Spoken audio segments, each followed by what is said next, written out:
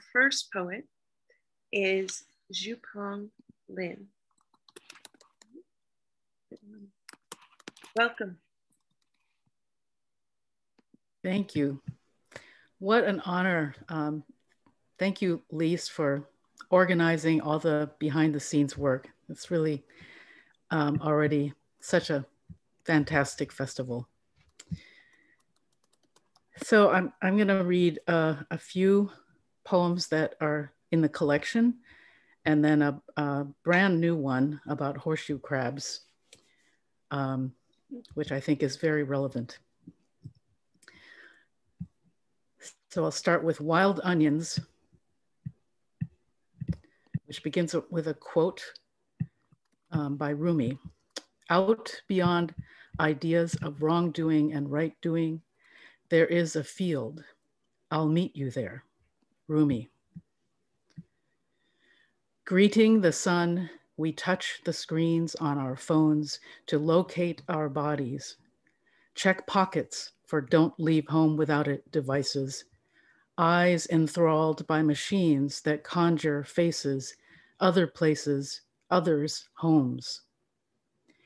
In the twittering 24/7 texting networked clouds of virtual connection, where do we hit pause? When do we ask, who may suffer for our pleasure? Who sweats black tears to craft our treasures? Whose lives are made more beautiful by technological wonders? Out beyond the zeros and ones, there is a real field. Meet me there, and we will fill our pockets with acorns and rocks and stories, listen to night critters, and ache for the fragrance of wild ginger and onion flowers.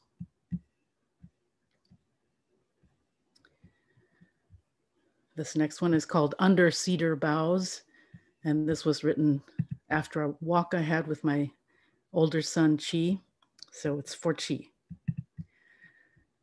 Tomorrow, we should walk in the rain, he says. Birds sound sweeter, and cedar smells more pungent. Soft drips fill the spaces of our slowly spoken thoughts. We name ferns, deer and sword, licorice and lady. My belly wells up with regret for pulling up the roots he set down in these old forests. Tomorrow, a plane whisks my body into the other life, where neither of us ever felt at home. My place, the one his brother calls home every other week, is where we know which cabinet corner stashes the chocolate, which window is best for glimpsing the squirrels nabbing sunflower. Home hides behind a fog of unrealized dreams and mistaken loves. Tomorrow, I'll make shelter for your dreams, my two boys. I will make up for lost time, and together we will learn to say rain in many tongues, in Renga, Skat, and in my mother's tongue, Hokkien.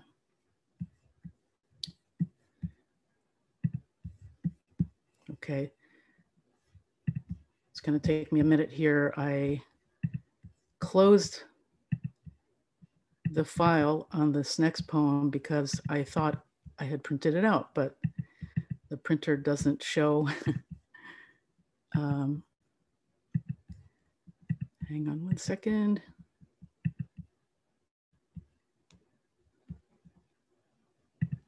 Okay.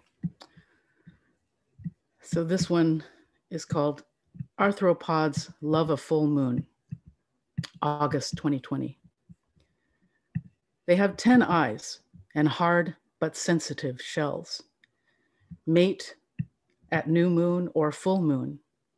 Maybe tonight after this muggy morning chipping twigs for mulch. Heavy air between us and our garden. Pandemic protocols keep him home his 20th year. Canceled plans to meet his brother in Taiwan. I was to follow to visit my born place, where horseshoe crabs are beloved by a web of lovers nature lovers, ocean lovers, lovers of lovers. In Hokkien, horseshoe crab sounds like filial piety, akin to beloved community. How do my people love the horseshoe crab? Let me count the ways.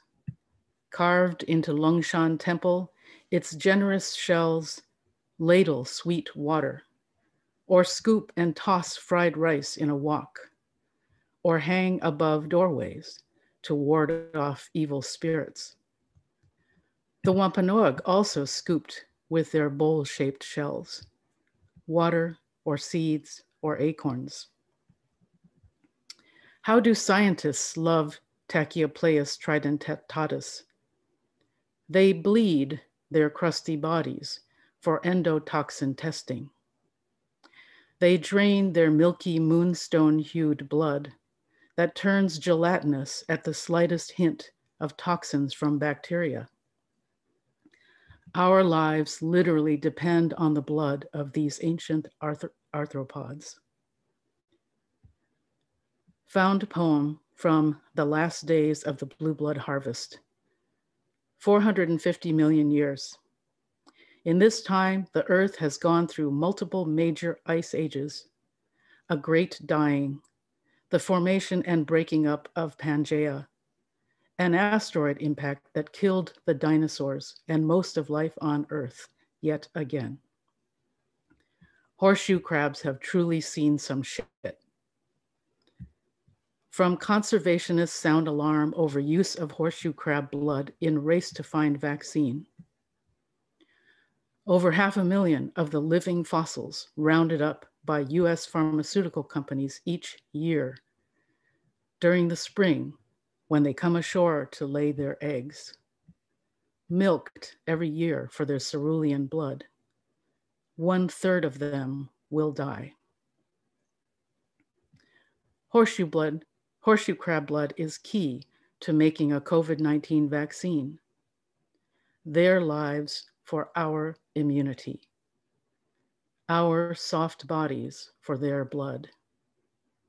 Blood pulses red under our soft, penetrable skin, black or brown or amber or olive or copper skin. Blood runs redder than any sunburnt skin.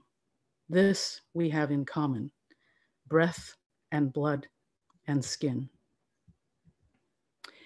Inhale, exhale, air, fresh, fiery, fluid. We all swim in the same blue sea. May millions of horseshoe crab mamas lay hundreds of millions of eggs this spring under a full moon, bright and clear.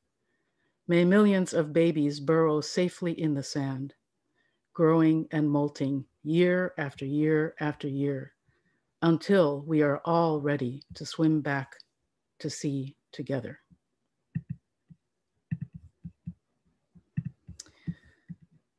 Okay, last one. Ending on a note of hope. When we can breathe. In the future, my kin morph into cranes, become again ungulates, urchins, beetle, butterflies, blossoms, magnificent maples sweeping marsh grasses, my name honors. Multitudes mirrored in my eyes, bursting from dark pupils. In the future, we become other, skin hard as shells, thinning, softening, melting into feathers. We call each other by name, so many names in a multitude of tongues. Guantaoidang, mi familia, la famille, Jinchok, Gachok.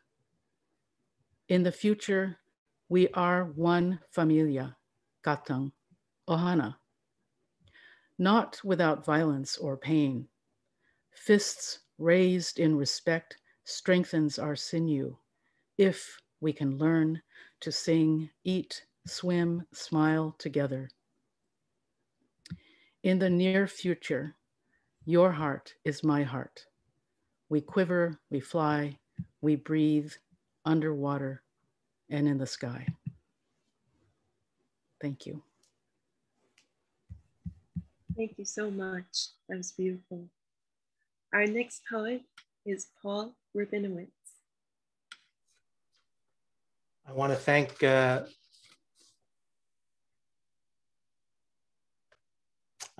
Liz for inviting me, and I'm honored to be among so many wonderful poets. Some I know, and some I'm hearing for the first time. So thank you, Liz, for putting this all together. I know it took you more than a week to put this. Awesome. So very quickly, those of you, I'm a fiction writer, but recently I've been getting more into poetry, and I use a lot of my poetry in my fiction work. My latest novella is The Clay Urn, and if you're interested, you can go onto my website, www.paulrabinowitz.com. You can learn more about me, what I do, and if you're interested, hopefully you'll support the arts and purchase a book. You might even like it. So I'm going to read a few short pieces. Two of the three are in this incredible book that Liz and the group put together, authors and artists, and I'm so excited to receive my copy. But in the meantime, I'll just have to read from my piece of paper. And if I have time at the end, and I'm going to clock myself, I'm going to read a slightly longer piece that's in the anthology. And if not, I'll just do one last short piece. The first one is called The Monastery, and this one is in the anthology. The Monastery. Unable to finish my latest poem, I return to the Buddhist monastery, the meditation garden in full bloom, lilac and mint. My teacher says to observe the natural order, draw her from memory, shadows and lines, symmetry, proportion. Then, without touching my bald head or wrinkled face, explore the broken parts, draw a self-portrait through her eyes, compare, be ready to choose, return, and finish the poem or stay. Observe autumn colors, mist after rain, death in winter.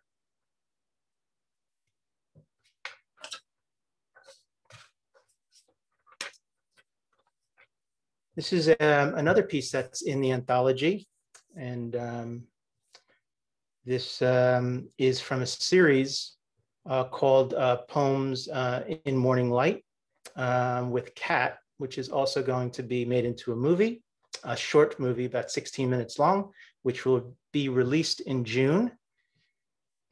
And this piece is called Soundscape.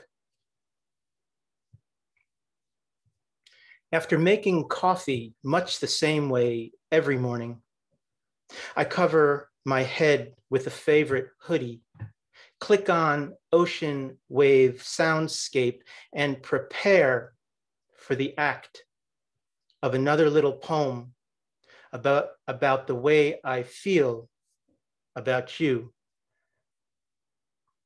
But nothing except metaphors and seagulls and distant shores. And recall the first time Tom Waits spinning on your player, something about Ahab and drifting.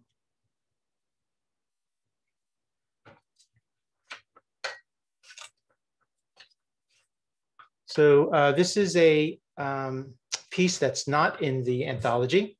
The next few poems that I've written in the last month.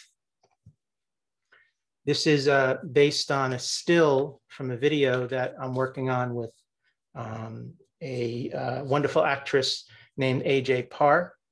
And this is called Grand Street Revisited. And this is in my solo show, which is a show of my photography, but also my text and videos that will Open on November 15th, post-COVID, post-pandemic, I hope. Grand Street Revisited. A songbird clutches a thin branch on Grand Street, a familiar tune, echoing memories of spring, renewal. I stop and listen. Notice a woman through lace curtains, Dylan's blonde on blonde pinned to the wall, her spine curved like in prayer, half her face elusive, lost in shadow, the other yearning or hiding something, and wonder, can trills and non-existent pauses from songbirds over time ultimately penetrate brick?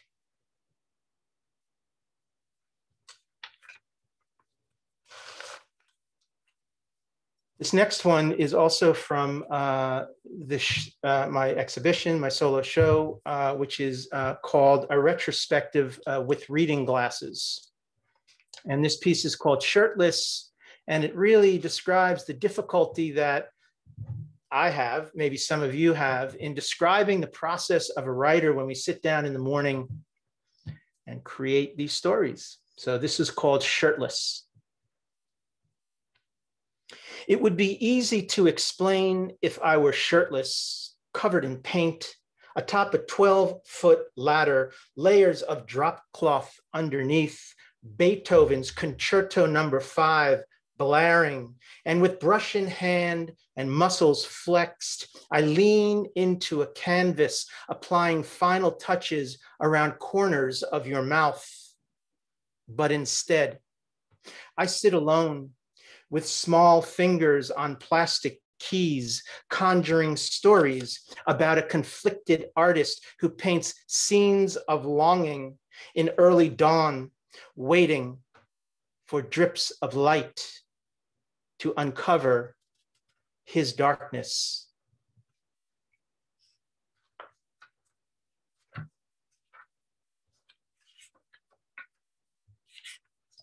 The next one is called Rose, and this one I wrote last week.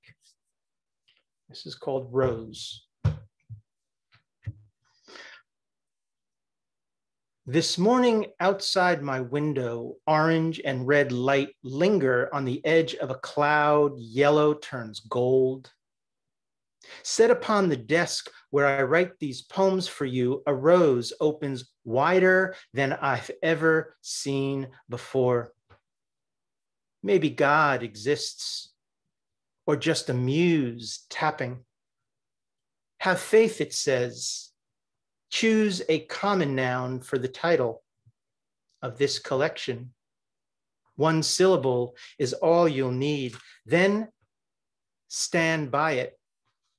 Be ready to defend, as the meaning will change and transform over time. So I have time for the last one. I'm just looking at my clock here, and I'm going to read it. This is the third in the anthology, and it has a very fast rhythm, so you'll just have to bear with me, and I'll hopefully finish in 3.5 minutes. It's called The Cat.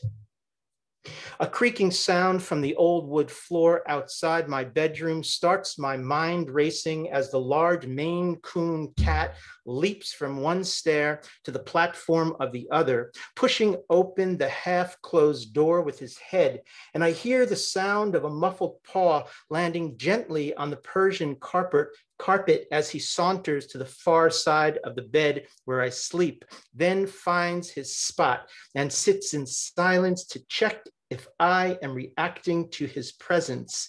but my head is busy organizing a new chapter from our last conversation during our meeting to review progress of the outline for my latest book, when you said to me, maybe I should write this new novel in close first person to lay out for the world my real feelings, not based on some story about an artist that can't find her true self, so journeys to an unknown place way up north by a wide river with hawks and osprey, and is so taken by it all, she regains inspiration and creates this master work. And you said, this feels forced, lacking internal conflict you've admired in my work, and remind me that this story has never really happened. So the best I can hope for is a quick few moments when you lean over to check the manuscript and a lock of your hair tucked neatly behind your ear falls away slowly, like an eagle in free fall swooping down on something moving, and clutches my forearm at the bone, carrying me away to a cloudless sky. And together we circle above the house where my Maine Coon cat waits patiently for my return. And I remember you said, maybe I should write a novel based on how I feel when I am alone with you. From this unique vantage point, with you gripping me, I conjure up poetic verse with rich metaphors to express to the world in that cryptic way I have become so good at, when no one except for me and maybe you knows who I'm referring to. Then a gust of wind moves around us and you look over my shoulder at me with those sharp eyes focused on every movement of my mouth as I recite a few lines from this new work, and you take me higher to gain more depth through a wider angle, and I can look down and see everything. Even a woman sleeping soundly next to a large Maine Coon cat who has lost most of his natural instincts, handed food that comes from a cannery in an old industrial town near a dark, polluted river. And I prop up the pillow and with blurry eyes, look up at the ceiling. And in this new chapter I am organizing in my head, I watch another lock of your hair fall away from the other ear and brushes my arm like a single feather caressing an ancient spirit. And I am so overwhelmed by this new sense of adventure that I shout through the prevailing winds to take me even higher and soar to a point where I can lose all perspective and my mind will reach some sort of bliss and be inspired to write this new story. Then suddenly, without warning, the airspeed increases, a howling gust breaks the silence. Then I feel your grip tightening and instinctively you glide into another air pocket for safety. And I feel a piercing through my skin, spreading over my trusting body, creeping slowly inside through a half-open door. Then feel a sudden jolt of some kind of heavy turbulence bursting wide and landing on my groin with excited claws. And I reach for your head and feel vibrations from a familiar purr and glance at the clock at the bedside table, hoping it reads something like 7:36, but the red digital lines from the numbers 5:11, which is the same time the large Maine Coon cat wakes me every morning to commiserate that he too has had a long night and is hungry, then leaps down, positioning himself on the same spot on the Persian carpet by the side of my bed, meowing as he has done since the first time when he realized that this is all he needs to do when he is hungry. So I dangle my hand near his head as a diversion to calm him in some way as I finish organizing the new chapter in my head. But he is more playful than usual, and a claw like a pin pricks my finger and feel blood. So I lean over, looking down at dilated orange pupils beaming at me in the still version of the breaking dawn. Thank you, Paul. Thank you, everyone. I hope I didn't go too over my time. Our next reader is David Cruz. Hi, everybody. Thank you for being here, and Lise for putting all this together. I'm going to read a poem from our new Writing the Land project. It's titled The Kennebec River, and it was written for the Kennebec Estuary Land Trust up in Maine. The Kennebec River is a 170-mile river that runs from Moosehead Lake at the foothills of Katahdin all the way to the Atlantic Ocean. And the poem comes in 10 numbered sections, covers different visits to the river, and it includes lines by Rachel Carson, the late Avon Boland, who just passed, and Gautama Buddha. Here first. Kennebec River. 1. Maine has its rivers. It was only yesterday in the life of the earth that the sea came in. She was here, filling the valleys and rising about the slopes of the hills on these same rocks, here at the edge of the sea, with sounds of estuarine, river, stone, salt pond preserve, reed, Popham Beach, the long, narrow estuaries of the Kennebec, the Sheepscot, the Damariscotta. What does it mean to be a river? 2. At the mouth of the estuary, small waves unfold in both directions of ebb and flow into themselves. 170 miles from Moosehead Lake, here at Fort Popham. From a distance, it looks like a cistern, and kayakers row in place for exercise. Below, seals with big moose heads that break the surface like whales or distant waves, then drift in the current where the fish come. Endangered anadromous fish like the short-nosed sturgeon, Atlantic salmon. Carson writes of this, that will travel up the estuary to spawn in fresh water. A red-necked grebe makes its way down the shoreline. It will winter here along the coast with the diving birds, buffleheads, loons, scoters, eiders. Like a sanderling, I walk back along the beach where the tide hits each step, thinking how I heard once that an oyster covers irritants that enter the shell with layers of secretions that eventually harden to a pearl. 3. For no 2 successive days is the shoreline precisely the same. My friends speak of a beach on the Maine coast, Bog Brook Cove. It is almost a ghost forest, where waves crash so hard and for so long, the beach itself is a collection of polished stones the sea returned. And the sounds of the forest are but the ghosts of sounds. So smooth and beautiful, people collect them for jewelry. 4. Cormorants stretch their wings between periods of light rain. Estuary, river of tides. 5. Here at the Narrows, brackish water pushes into whirlpools, disorients perspective, and fills in a continual lapping over and over. These rocks, not far from Chalk Point, the coming of 6 rivers. Androscoggin, Cathys, Kennebec, river of cliff rock shelters, crooked river, still water. Eastern, muddy, Abgadasset. What does it mean to be a river?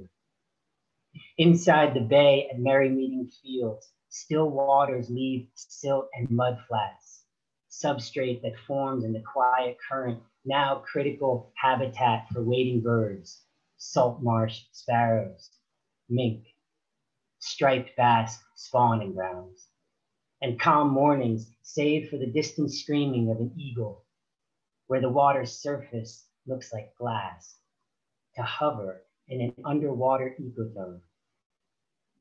Kennebec Indians left wild rice here in and around Little Swan Island. Champlain entered these waters in 1607. One of the tributaries is Maine's only known location for redfin pickerel. In the tidal flats, a traveler can find waterwort, three-square bulrush, false pimpernel. 6. It was 1955. Curious changes have been taking place, and we had record. She had record. With many animals invading this cold temperate zone from the south: mantis shrimp, sea herring, green crab. This new distribution related to the widespread change of climate. 7. Kennebec, the tribe named for the river named for the bay it emptied to, Kinnepec. Their warriors, some say, once numbered over 1,000. Their story, like the story of native Abenaki peoples, driven from the river into Canada, for the land was rich in fur and trees. As I follow the Kennebec north, quaint towns like settlements mark the river, used for over 100 years by logging mills, textile mills.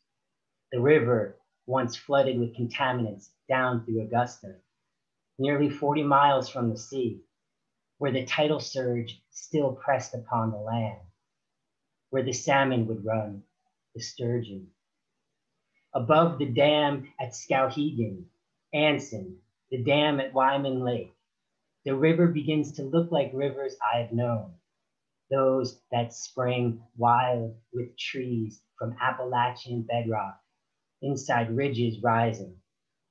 They are always en route to their own nothingness. Here, in the woods around Katahdin, forests of ghost trees come back to me, ghost forests, where every logging road looks like a place to camp, and the memory of huge evergreens lingers. The Kennebec leaves Moosehead Lake, flowing southwest into falling sunlight, with a kingfisher, a pair of diving ducks, rippling in slight rapids as rivers do, a voice. 8. The river carries all of it. You could be the river, she says. Whatever is in front of you, you could carry. 9. I walk the wooded trail down to the estuary, a return. Big trees loom, white pine, hemlock, balsam fir. They will follow the descent of the land where the tides move, ebb and flow. The waters pull upon rock, root, wind in the pines, wind in the pines, pine wind, pine song. 10. Along the rocks, high tide crashes with thunderous force, echoes from below where mist rises and whips into the wind, wave upon wave rolling in from a gray ocean, gray sky, a dark line where horizon curves away from itself, and scoters, gulls, lolling up and down in the surf. There is a departure here. Form is emptiness, and emptiness is form. The tide will turn with little notice. The rocks will stay, and the currents will move, and the trees will cling and hang their thick green heads, an invocation to the farthest reaches of the sea. Thank you very much for listening. Thank you, David. That was wonderful. Our next reader is Marion, Kelner. Hi, I'm going to start with a prayer. I needed a prayer, so I wrote one. It's called, May We Be Like the Penguin. May we be like the penguin, holding on to what's precious, no matter the storms, no matter the cold. May we be like the fathers who huddled together, warmth held in the circle, backs to the wind, taking turns on the edges, facing the center, life evolving, protected within. May we be like the mothers who leave determined, no matter the hunters, no matter alone, leaping with faith into dangerous oceans, finding what's needed for the long journey home. The next one is called Illusion. That we are all one seems so clear, seeing the grasses, the trees flowing from their birthing places along this one ground. But for us who bubble up, to glide, to float, to move tethered 1 foot at a time, oneness eludes us.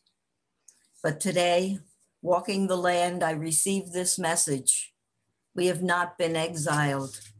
We have been tossed up in gestures of joy and celebration by the one who has never really let us go.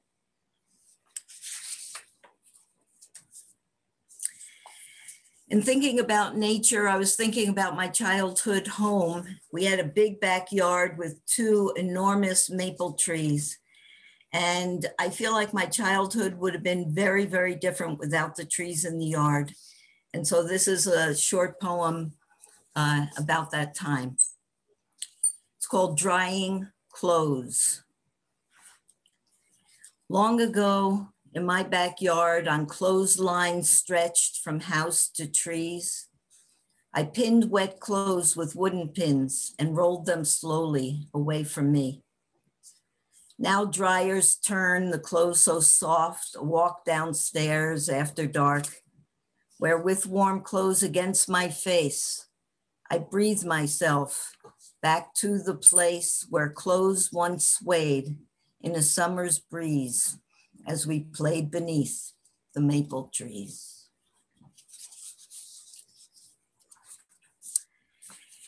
In keeping with my belief that there is no hierarchy in life, that all beings without exception are equal, and that putting value on one over the other is purely subjective. It has nothing to do with the truth. This is a poem I wrote when I shared some space with a spider, and it's called The Spider and the Sacrament.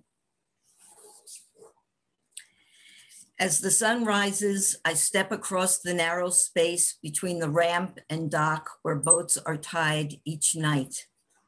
I have seen you now and then, huge, dark, scary, most people would say, but to me, majestic, mysterious, with your 8 legs, bristling body, absolute silence. Stretched across your territory, I see you climb out of the darkness and settle on the warming wood by my hand. And so we lie side by side, having emerged from different nights, about to live different days, arms, legs radiating from our bodies. We receive the blessings of the first light.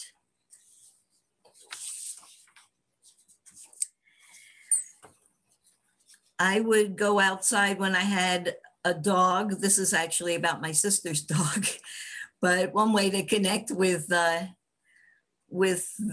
beauty of the world in all weathers, times, seasons is to have a dog and just go walking.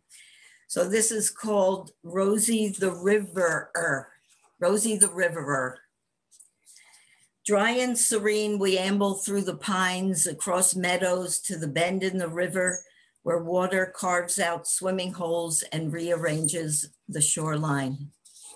With our first wet steps comes the rumble of thunder, the fuzzy stones lining the riverbed so slippery for my feet and her paws.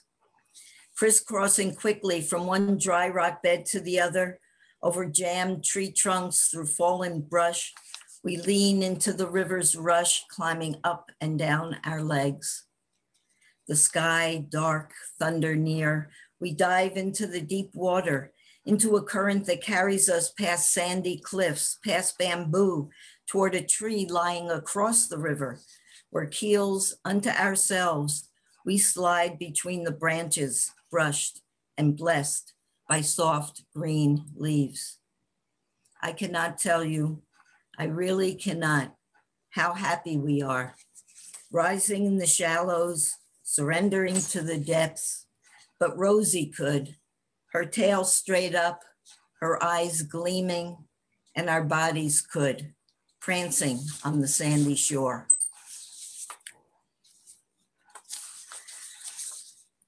Okay, and this one sort of fits, I think, the weather of these weeks. It's called Release. Snow has fallen in the forest. Branches of hemlock pressed to the ground, held by a weight they cannot lift alone. They wait beneath flakes of snow, so light when they fell, so heavy when welded storm after storm. Now the sun is returning north, drawing the snow like magic into the warming days. The balance shifts. The branches bounce into the air, spraying the last remnants of snow back into their original lightness. I long for such a moment in my own life. This is the next to the last poem to honor the ordeals that most species have in relation to human beings. This one is a very modern interaction. It's called Washed, Rinsed, and Spun. The wasp climbs in a daze up the inside of the washing machine once the lid opens to the world.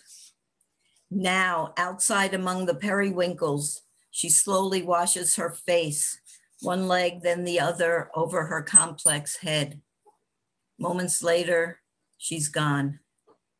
Washed and rinsed in tidal waves of soap and water, spun at high speed, holding on in unimaginable circumstances, this hero emerges triumphant into the light. That was a miracle. And the very last one, it's called Done with Words. And I know this is a celebration of words. I love words. I love to write. But there are moments when I'm done with words. And this is such a moment. Okay, done with words. There is nothing more for me to do but open to the beauty and suffering of this world and be kind. The birds gliding far above my house, the dragonflies at the edge of this wild meadow, the ants circling a crumb at my back door now shape my life. I am done with words. The howls of wolves, the songs of whales hold in the middle of each note everything I have ever wanted to say. Thank you. Thank you, Marion. That's beautiful. Our last reader is Jason Grundstrom-Whitney. Oops. And I'm working on finding him here. Thank you, Liz. I wanted to thank you for inviting me here today and inviting the incredible readers that we have. There we are. Sorry about that. No worries. I also wanted to thank Cheryl Savageau for recommending me here this year. And I'd also like to thank my friend Sherry Mitchell for her comments today, and really appreciated and beautiful thoughts. And it's always so deep and rich hearing you, Sherry, that's for sure. And I dreamed about eagles last night, and with all readings I'm doing this year, I'm dedicating my mom, my adopted mom who passed this year, Joanna Dana, who's also my clan mother. First poem I'd like to read is called I Am Wild, and it was published in the Underground Writers Association, Poets of Maine, and I am wild. I am wild with the sun in one eye, the moon in the other. The tender green ones feed me from my bubbling wells to my crown point and out beyond the solar system. Each thought a mix of star song and double helix galaxies, swimming at the speed of light, beyond and then back again. I am wild with a voice burgeoning past and through. You can't, you won't. I tear off this cloak of what you want, what you see, and sing and dance, and damn, it feels so good to sing, to dance in this new body I create from the wild place that is me. You say I must follow. Where? Tidy systems of oppression you have tried to use to bolster your ego so none feel the beauty of chaos.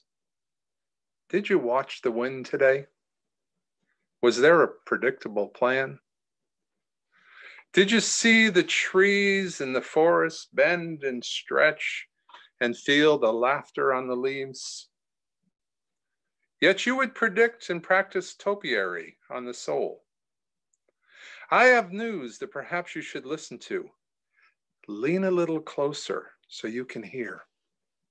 I roar and cry and scream and move in ways contrary to convention.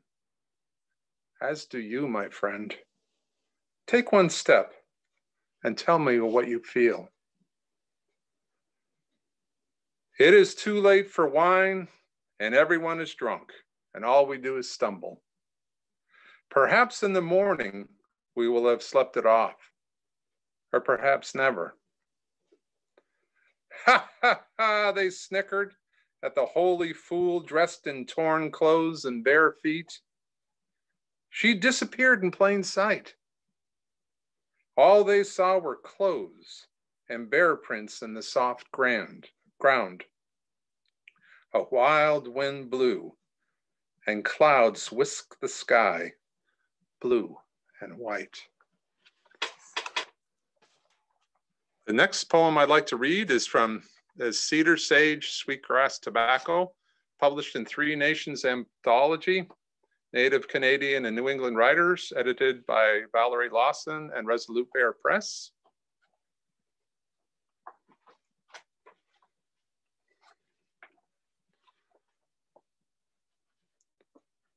Coyote and raven laughed as my claws got caught up in the fine strands of sweetgrass as I tried to braid.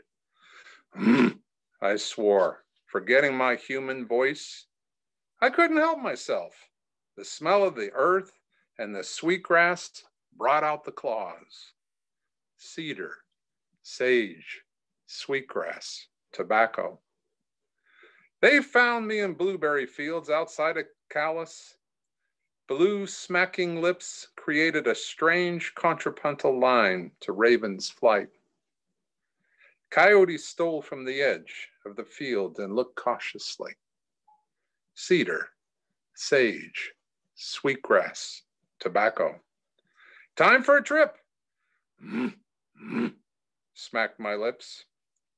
Coyote looked west, stood on two legs and tucked his hair underneath his hat.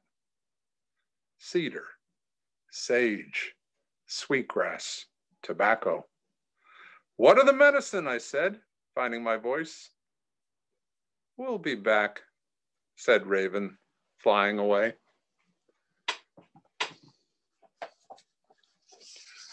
The next poem I'd like to read is a pandemic anthology edited by Jerry Terrio, and it's called Raven and Owl. It was 10 minutes before dawn.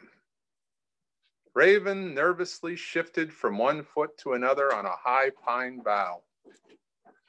Owl flew in wearily and landed next to Raven. My sister, you are getting here later and later. You know I can't bring dawn till you stitch all dreams on the web of being. Raven was irritated. My friend, there are too many pandemic dreams, fueled by uncertainty, fear, and worry. The dreams are many, strange, and hard for me to work in, like uncarded wool into fine silk brocade. I am exhausted. Owl closed her eyes. Raven let her sleep and painted orange and crimson on fat clouds that looked like massive koi fish. His mind roiled with the clouds. The next one I'd like to read is featured in my book, Bear, Coyote, and Raven, by Resolute Bear Press, and also going to be in the Honoring Nature anthology. And this one's called Thin Bears. Coyote saw an old man run across the street in Quebec City. He appeared young, but on the other side, he stooped again. Found another, Coyote said to Bear at an intersection. Bear, Raven, and Coyote followed the man to the back of a packing plant.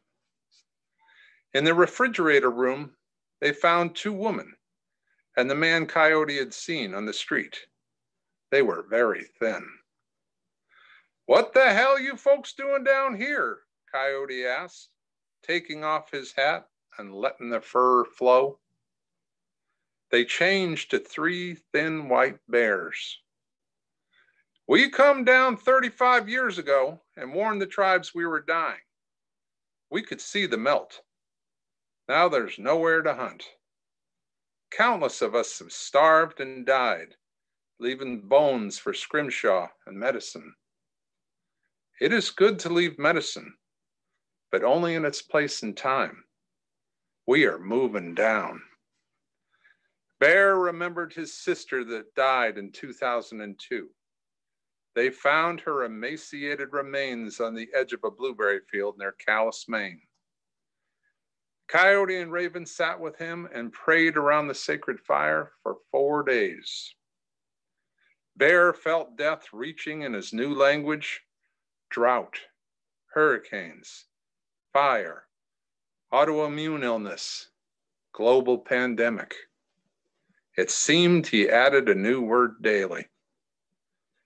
Our brothers and sisters warned others, but the others did not listen.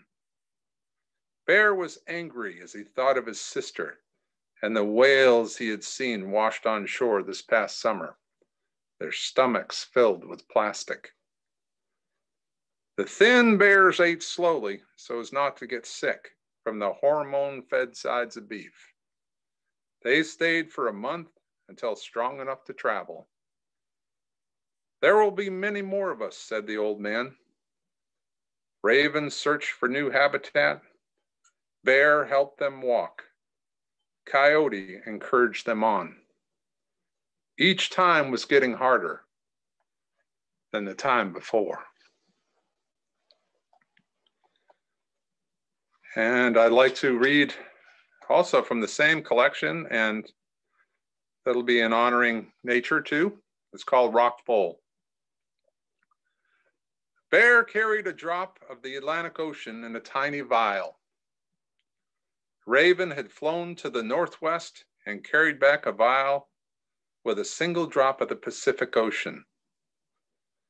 Coyote held a single dewdrop from a mountain bell cactus flower from Bryce Canyon. 3 directions. This year it was Deer's turn for the 4th. She brought a drop of water from the Colorado River. They met in northern Arizona, now called the Four Corners, and placed the drops in a rock bowl they used each year. Each added sacred medicines, cedar, sage, sweetgrass, and tobacco. They stirred medicine, water, and fine red earth into the bowl. Bear prayed. It took longer each year for this to work. Water tables ran low. The ocean cried in pollution. After several days, rain fell again. Bear, Coyote, Raven, and Deer fell asleep near the rock bowl, and dreamed of golden tassels of corn singing in the southeasterly breeze. I'd like to shift to another poem that I wrote recently, and this is called When Mountains Speak. Hotai met Chuanza on Song Mountain.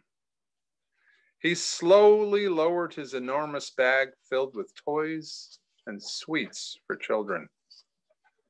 Chuanza stood, his long robes and beard swaying in the wind. They said nothing, and the silence filled with conversation. Chuanza, when the snow melts, which is river, which is snow? Hotai, I breathe in oceans and breathe out clouds. Chuanza, when the kusha grass sways, where does the wind come from? Hotai, the red-crowned crane waits while the world moves. Fish caught as a lightning bolt. They sparred like this for 10 days and then laughed and drank rice wine. When they left, Hotai brought toys and sweets to children in the town below. Chuanza folded his mist robes and disappeared into stillness. And I think I have time for one more. And I'd like to read The Continuous Buffet from Bear, Coyote, Raven. An interesting notion hit Coyote. Suppose I just wait by a dumpster. That way I won't have to do all this endless searching. It'll be a continuous buffet. Raven looked at Coyote slyly. Sure, why not give it a shot? That day, Coyote ate like a king. Fatigued by gluttony, he lay behind the dumpster. This way I shall never be caught, he thought. In the early morning, a loud monster came and swallowed Coyote's kingly feast in one gulp. On top of this insult, it set the dumpster on his tail. Raven laughed all morning long. It took Raven 3 days to find me. My paws were elbow deep in a hollow trunk, my lips smacking honey. Oh, all right, I said, retracting golden-hued claws. We hitched back to LA in 2 rides. The last one was with a guy named Lucky, who hawked stuff at gas stations for fuel. We drank sangria, smoked fat, cheap cigars, and told urban legends. Lucky dropped us off in Watts at 3 a.m. I played harmonica. Raven worked the crowd. We needed money for Coyote's broken tail. Well, there's that dumb shit, slunk behind the dumpster sobbing. Bear picked up that green rusty box with one paw. Coyote took off fast, howling down the alleyway. It didn't take long to hit desert. Less time still to hide and whimper where no one could hear, except maybe lizards and such that have their own kind of laughter. I awoke with a start. The cold desert night filled with stars and black sketches of jagged mountains. Coyote howled in a distant canyon. Raven was buried in an old ratty sleeping bag, his hair the night against iridescent skin. Something was stuck in my eye. I fell back to sleep and dreamed of digging OSHA root. Dust kicked up and collected other dust, becoming stars and constellations. I'd like to thank you so much for inviting me to read today. Lily one. See Dale. Thank you, Jason. That was a great ending to our poet block.